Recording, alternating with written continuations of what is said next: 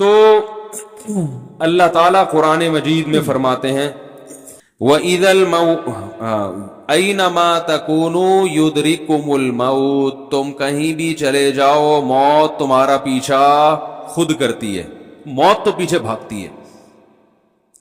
ہم بچپن میں ایک واقعہ سنا کرتے تھے، اب اس واقعے کی سند کی تحقیق نہیں ہے، ہو سکتا ہے غلط واقعہ ہو، لیکن بعض واقعات ایسے ہوتے ہیں کہ صحیح یا غلط ہونا اتنا امپورٹنٹ نہیں ہے، اس سے جو سبق ملتا ہے وہ سبق بہرحال صحیح ہوتا ہے۔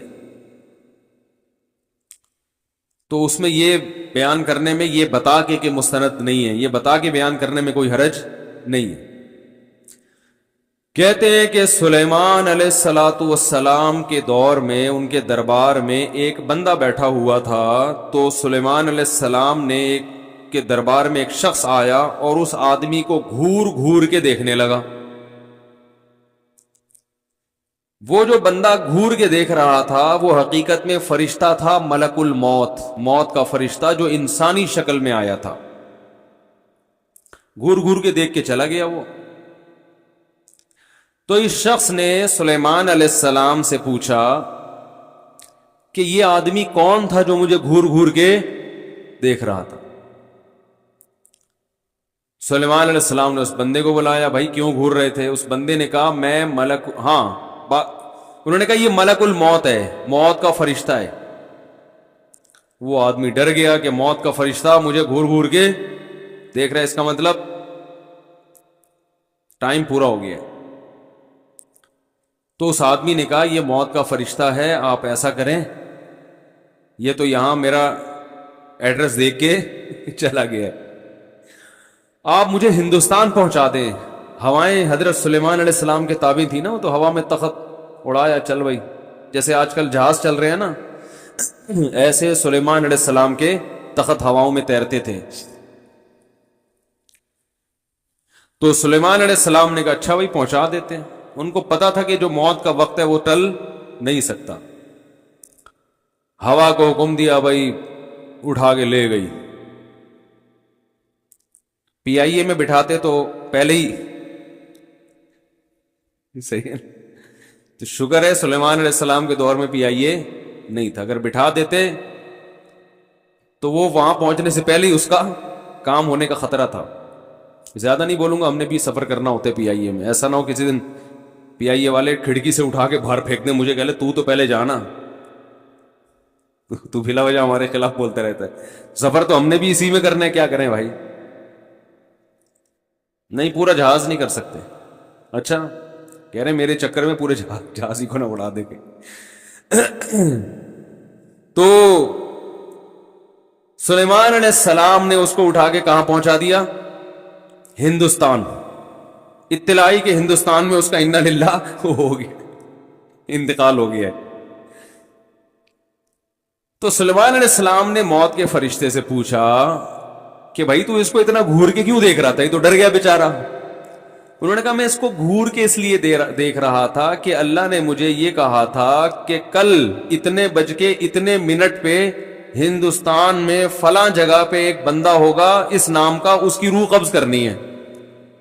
میں حیران تھا کہ کل تو میں نے وہاں اس کو موت دینی ہے، اور یہ آج یہاں بیٹھا ہوا کیا کر رہا ہے؟ یہ تو تیز رفتار گھوڑے پہ بھی جائے گا تو کل تک ہندوستان نہیں پہنچ سکتا، جتنی بھی سپیڈ میں جائے گی۔ تو میں حیران اس پر ہو رہا تھا کہ اللہ نے حکم تو دے دیا لیکن سمجھ میں آنے والا حکم نہیں ہے، یہ کیسے پہنچے گا؟ تو جب میں کل وہاں گیا اگلے دن وہاں، تو وہ اسی مقام پہ موجود تھا۔ اس کو کہتے ہیں اینما تکونو، تم جہاں بھی چلے جاؤ موت تمہارے پیچھے بھاگے گی۔ لبرز الذین، وہ کیا ہے قرآن مجید میں کہ جب میدان جنگ میں لڑائی ہوئی ہے نا، تو غزوہ احد میں منافقین یہ کہتے تھے کہ یہ جو لڑائی ہو رہی ہے یہ تو خودکشی ہے، کیونکہ دشمن بہت طاقتور تھا اور ادھر مسلمان تعداد میں بہت تھوڑے تھے، اور لڑائی بڑی ٹف تھی۔ اور ابو سفیان اور خالد ابن ولید جو اس وقت تک مسلمان نہیں ہوئے تھے، انہوں نے ارادہ کیا تھا کہ مدینہ کی اینٹ سے اینٹ بجا دیں گے، بہت بڑے لشکر کے ساتھ، اور ارادہ تھا بدر کا بدلہ بھی لینا ہے۔ اب یہاں مسلمانوں کے پاس لڑائی کے علاوہ کسی چیز کا آپشن نہیں تھا۔ یہ بات خوب سمجھ لیں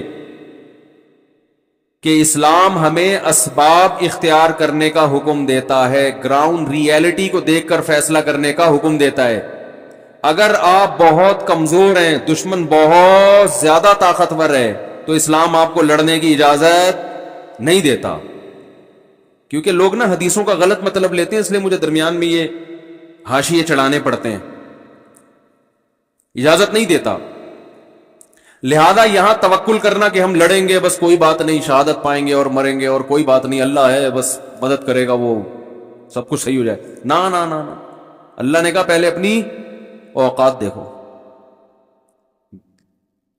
کم سے کم قرآن کے الفاظ ہیں، ان یکم منکم مئۃ یغلبوا مئتین، کم سے کم طاقت کا توازن آدھا ہونا چاہیے، یعنی دشمن اگر 50,000 ہے تو آپ 25,000 سے کم نہیں ہو۔